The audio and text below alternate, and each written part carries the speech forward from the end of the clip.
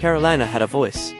Not only the voice that could speak words, but a deeper voice filled with dreams, ideas, hopes, and stories she had carried for years. Yet, she rarely allowed anyone to hear it.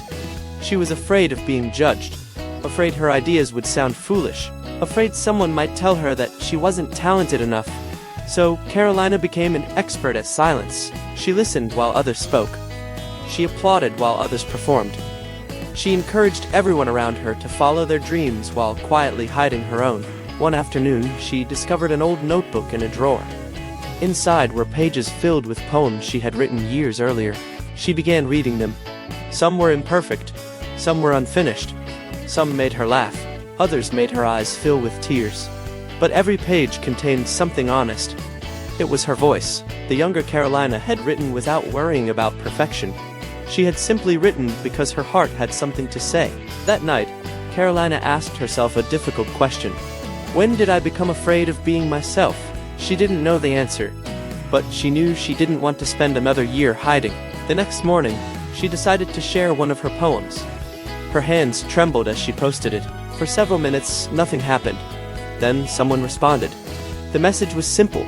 I needed to read this today. Those 6 words changed something inside Carolina.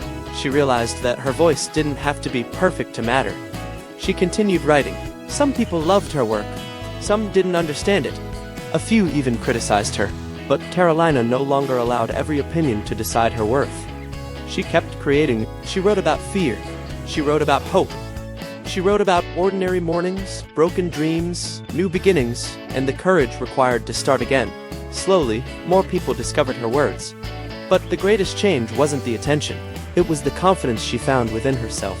Carolina finally understood that hiding her gifts had never protected her from rejection. It had only prevented the world from discovering what she could offer. Years later, she stood before a small audience and read one of her newest poems. Her voice shook at first. Then it became stronger. When she finished, the room became silent for a moment before filling with applause. Carolina smiled. Not because everyone approved of her, but because she had finally stopped needing everyone to. She had learned that courage isn't about having a fearless voice.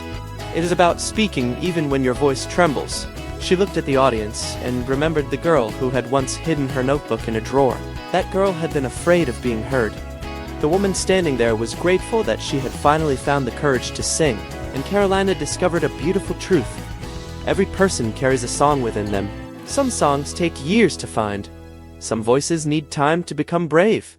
But when we finally stop hiding who we are, our stories can become light for someone else. And sometimes, the voice we are most afraid to share is exactly the voice the world has been waiting to hear.